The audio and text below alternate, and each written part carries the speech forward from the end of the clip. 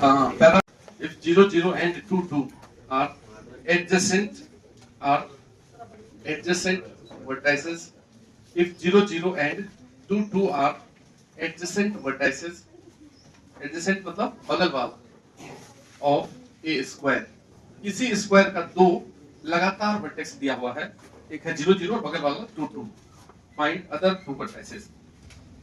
अब ये देखने में तुमको बहुत ही इजी टाइप का बात लगेगा, यार ये क्या है, दो वर्टिसेस दिए हुए हैं और दो को निकालने बोला है स्क्वायर का, ये तो सिंपल है, लेकिन बुद्धि लगाओ, लगाइए बुद्धि।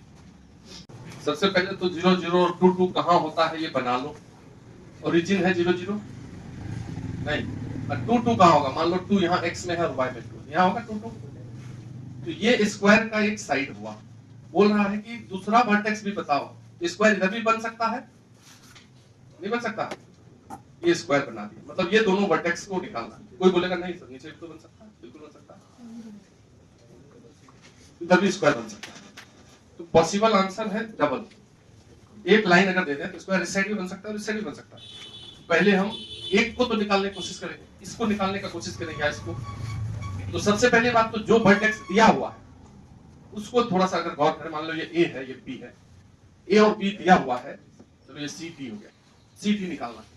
तो यदि ए बी का स्लोप हम प्राप्त कर पाए तो इजीली प्राप्त करेंगे, क्योंकि दोनों पॉइंट दिया हुआ है y2 minus y1 upon x2 minus x1। ये y2 माइनस y1 अपॉन कितना स्लोप निकल गया 1, 2/2। स्लोप अगर ए बी का 1 है मतलब वो 45 डिग्री पे है, ये एंगल प्राप्त हो गया 45। अरे बोलो, ये अगर 45 है तो स्क्वायर में तो ये 90 ही होता है ना, तो यहां से अगर यहां आएंगे तो कितना एंगल होगा 135, 90 प्लस 45। मतलब अगर हमको इस 0, 0 से खिसकते हुए डी तक जाना है तो कितने एंगल पे जाना है 135 डिग्री। अभी हम क्या बता रहे हैं कि कोई एक फिक्स पॉइंट है उससे खिसकना है, अब एंगल पे जाना है, तो फॉर्मूला तो लिखे थे अभी नहीं लिखे थे।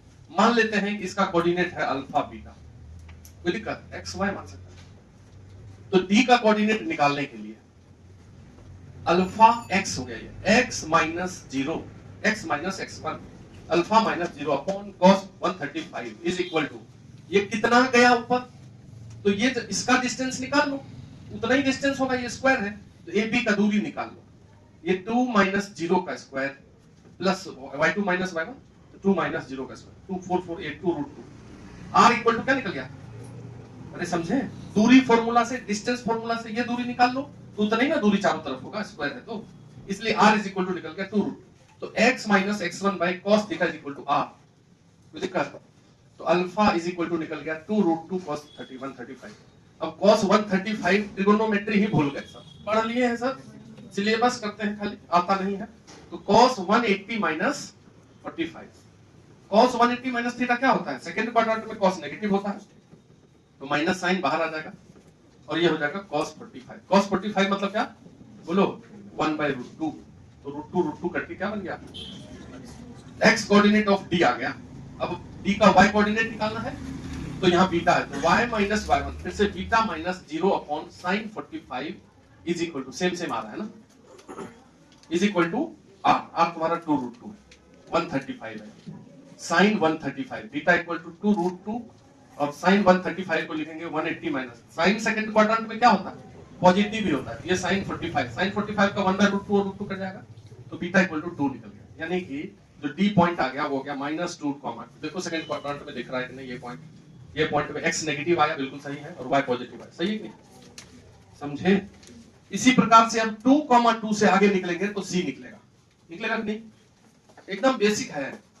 अब c को निकालने के लिए क्या करोगे, अरे बोलो, इसको मान लो तुम अल्फा डैश बीटा डैश, तो अल्फा डैश ये x हो गया, x minus x1 alpha dash minus 2 upon cos theta, अगर ये वाला लाइन 135 पे है तो इसी के पैरेलल में ना ये वाला लाइन है, तो वो भी कितने पे जा रहा है 135 पे, तो cos 135 is equal to r, तो फिर से सेम 2√2, तो alpha dash minus 2 equal to 2√2 cos 135।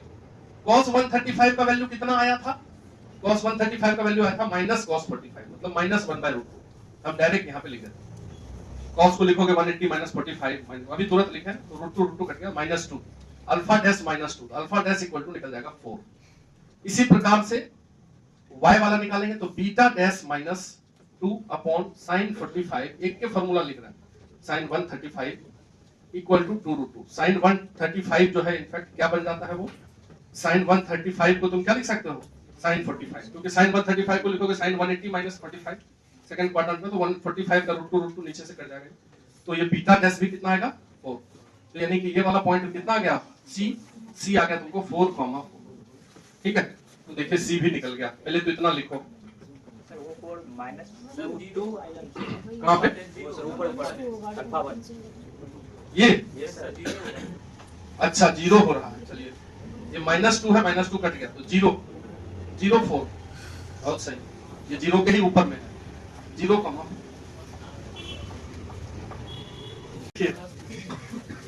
Find distance, find distance of a point, हम लोगों को देखो ना 7:05 बजे, find distance of a point 1,3 from the line, देखो from the line 2x minus 3y plus 3 equal to 0। ये जितने क्वेश्चन हम क्लास में करवा रहे हैं ये काम का है। Measured along a line, measured along a line x minus y plus 1 बराबर 0। देखो क्या लिखा हुआ है, ये अच्छा क्वेश्चन है, इससे हमको समझना क्वेश्चन क्या बोला है। पहले हम क्वेश्चन को समझते हैं। ये एक स्ट्रेट लाइन है, बोला है इस स्ट्रेट लाइन से इस पॉइंट का दूरी निकालो, find distance of a point 13 from this line. कहीं 13 पॉइंट रखा हुआ है और इसका इस लाइन से दूरी निकाला, लेकिन ये नहीं बोला है कि परपेंडिकुलर डिस्टेंस निकाला। परपेंडिकुलर डिस्टेंस फॉर्मूला से निकाल लेंगे। क्या बोला है कि distance measured along another line, एक दूसरा लाइन है उसके अलोंग। अब मान लो कि एक रोड है, वहां पे रोड जा रहा, अब हमको यहां से चलना है, तो बाद में इंजीनियरिंग पढ़ेंगे तो ये सब जानेंगे ही कि हमको रोड पे इधर से चलना है, सीधे चलना है, इधर से चलना है, तो कितना दूरी तय करना पड़ेगा, हर डायरेक्शन में दूरी निकाल लेना चाहिए। तो अगर एक रोड है ये और हमको यहाँ से चलना है, लेकिन एक दूसरा रोड दिया हुआ है, इसके अलोंग चलना है, एक लाइन दे दिया, इसके अलोंग चलते चलते हम कितना दूरी तय करेंगे, ये क्वेश्चन है। तो दूसरा जो लाइन है पहले उसका स्लोप निकालो, y को उधर कर लो, ये कैसा हो जाएगा, y बराबर x प्लस 1। तो इसमें स्लोप क्या दिख रहा है, इसका x का कोफिशिएंट कितना है, y बराबर mx प्लस c वाला फॉर्म में ले आए हैं हम। तो इसका स्लोप क्या क्लियरली दिख रहा है, 1 मतलब tan थीटा 1, और tan थीटा 1 मतलब थीटा कितना। जैसे ही किसी लाइन का स्लोप 1 हो गया तो कितना डिग्री पे, 45, तो 45 डिग्री पे चलना है। बात समझिए क्वेश्चन। मेजर्ड अलोंग लाइन, ये वाला लाइन जो है ये 45 डिग्री पे, ये लाइन का इक्वेशन अगर हम यहाँ लिख दें तो कोई दिक्कत नहीं है, लिख सकते। ये लाइन नहीं है, इसके अलोंग चल रहा है, एक लाइन है ऐसा x माइनस वाई प्लस 1 बराबर 0। इसी के डायरेक्शन में 13 पे हम खड़े हैं और इसी के डायरेक्शन में चलते जाना है। तो इस लाइन पे जब टकराएंगे जाके तो ये दूरी पूछ रहा है, ये r पूछ रहा है, क्या पूछ रहा है। अब क्वेश्चन समझ गए? तो एक बार अपना भेजा थोड़ा सा खोलो, एक आध मिनट के लिए, फिर हम समझाएंगे कैसे मेजर करेंगे भाई। जब हम मान लिए कि r यूनिट दूर है वो पॉइंट और थीटा पता है 45, तो ये पॉइंट निकाल सकते हैं कि नहीं। a देखो कोऑर्डिनेट ऑफ ए निकाल लेते हैं, कोऑर्डिनेट ऑफ पॉइंट ए। देखिए ध्यान से, ए जो पॉइंट है वो इस पॉइंट से कितना दूर लेके मान लिया, r यूनिट दूर मान, x यूनिट मान सकते हो, 45 डिग्री पे चलना है। ए का कोऑर्डिनेट अगर हम मान लें xy, यही xy निकालना चाह रहे हैं, x minus x1 upon cos theta, कितना एंगल पे, और r यूनिट मान लिया r। तो x minus 1 is equal to r cos 45, x minus 1 equal to r by root 2, cos 45 1 by root 2, और x इक्वल टू क्या निकल गया 1 प्लस r बाय। इस a पॉइंट का x कोऑर्डिनेट निकाल दिया, चलिए y कोऑर्डिनेट निकाल, तो y minus 3 upon sine 45 is equal to r। तो यहां से आ गया y minus 3 equal to r sine 45, और y minus 3 is equal to r by root 2, और y क्या निकल गया 3 प्लस r बाय। तो x और y जो निकाले हो वो ये कोऑर्डिनेट, ये वाला पॉइंट है, एक निकला 1 प्लस r बाय रूट 2 और दूसरा क्या निकला, कोई दिक्कत है किसी को। ये जो पॉइंट A है ये किस लाइन पे लाई कर रहा है, इस लाइन पे, इसका इक्वेशन गिवन है। तो जिस लाइन पे ये पॉइंट लाई कर रहा है उस पे सेटिस्फाई करवा दो। बात समझ रहे कि नहीं समझ रहे। जो पॉइंट A है वो किसको सेटिस्फाई करेगा, स्ट्रेट लाइन ये वाला। तो पॉइंट A सेटिस्फाई लाइन, कौन सा line, 3x 2x minus 3y plus 3 बराबर 0। इसमें x की जगह ये रख दीजिए x और y की जगह ये रख दीजिए, सेटिस्फाई करवा देते क्योंकि उसी पे लाई करना। तो 1 प्लस r बाय रूट 2 रख देते x की जगह, तो ये रख दिया, और माइनस 3 y की जगह क्या रख दो 3 प्लस r बाय रूट 2 और प्लस 3 इक्वल टू 0। इसको देखो सॉल्व करोगे तो खाली r ही अननोन दिख रहा है कि नहीं, और कुछ दिख रहा है, r ही निकलेगा। तो ये हो गया 2 मल्टीप्लाई कर दो तो 2r by root 2 minus 9 minus 3r by root 2 plus 3 equal to 0। बोलो अब r वाले को एक साथ कर लो, इसको और इसको एक साथ सॉल्व कर लीजिए और बाकी सबको एक साथ। तो 2r बाय रूट 2 और माइनस 3r बाय रूट 2, इन दोनों का एलसीएम क्या होगा रूट 2। केवल इसको इसको सॉल्व करो, 2r में से माइनस 3r जाएगा, कितना बचेगा माइनस r, और क्या बच गया ये बताओ, कहीं गलती हुआ क्या, ये ठीक चल रहा। तो क्या बच रहा है यहाँ पे 3 plus 5 2 5 minus 9 plus 4 is equal to 0। ठीक है, माइनस 4 इज इक्वल टू 0। चलो बढ़िया। तो r by root 2 is equal to 4, r is equal to 4 root 2, minus r आया मतलब नीचे होता होगा, डिस्टेंस वही होगा। ठीक है, डिस्टेंस 4 रूट 2 ही आ गया।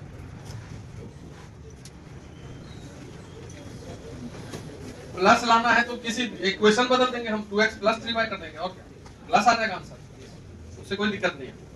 लेकिन r जो नेगेटिव आया मतलब ये नीचे होता होगा लाइन, इसलिए आया, डिस्टेंस 4 रूट 2 ही तय करेगा।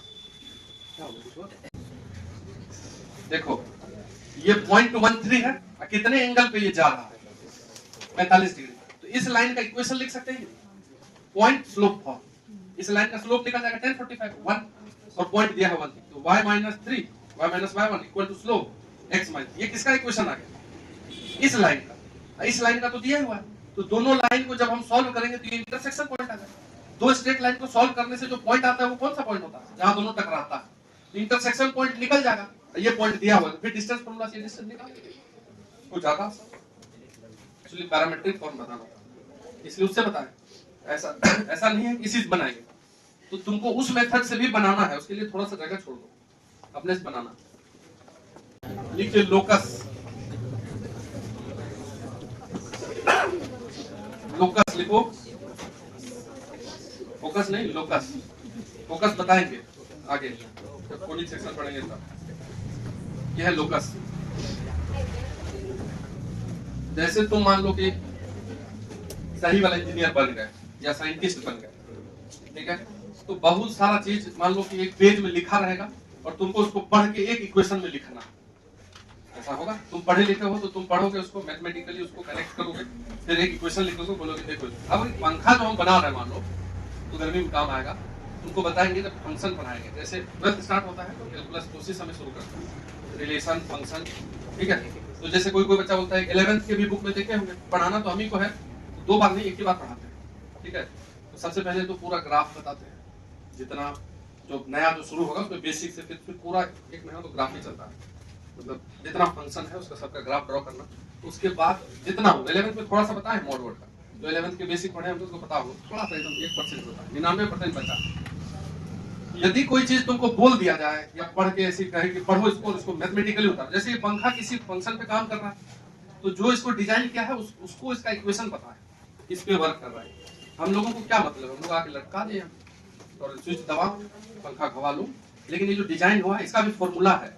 ऐसे नहीं कोई भी मशीन डिजाइन हो जाता है, कुछ भी बनाते हैं, मोबाइल बनाते हैं तो सबको पहले इक्वेशन के रूप में लिखा जाता है, सबका फॉर्मूला लिखा जाता है, फिर उस पर वर्क किया जाता है, फिर बनाते हैं हम, फिर फेल होते हैं, फिर बनाते हैं, फिर ट्राई होता है, फिर ट्राई होता है, फिर जाकर को मार्केट में आता है, तभी उसमें कुछ प्रॉब्लम है। तो दुनिया का कोई भी मशीन मतलब परफेक्ट नहीं होता, आइडियल नहीं होता, प्रैक्टिकली डिजाइन होता है कि तुम्हारा काम बन जाए। तो लोकस एक्चुअली क्या होता है ना कि कोई भी पॉइंट अगर किसी खास कंडीशन के अंतर्गत मूव कर रहा है, जैसे ये पॉइंट है ये घूम रहा है तो किसी पाथ पे घूम रहा है, इसके पाथ का जो इक्वेशन होता है वो उस पॉइंट का लोकस कहलाता है। लोकस क्या होता है, लोकस किसी मूविंग पॉइंट का होता है। अगर कोई पॉइंट अस्थिर है तो उसका नहीं होगा लोकस किसका होता है, मूविंग पॉइंट। मूविंग पॉइंट जिस पाथ पे मूव कर रहा है उस पाथ को यदि हम लिख पाए इक्वेशन के फॉर्म में, वही लोकस होता है।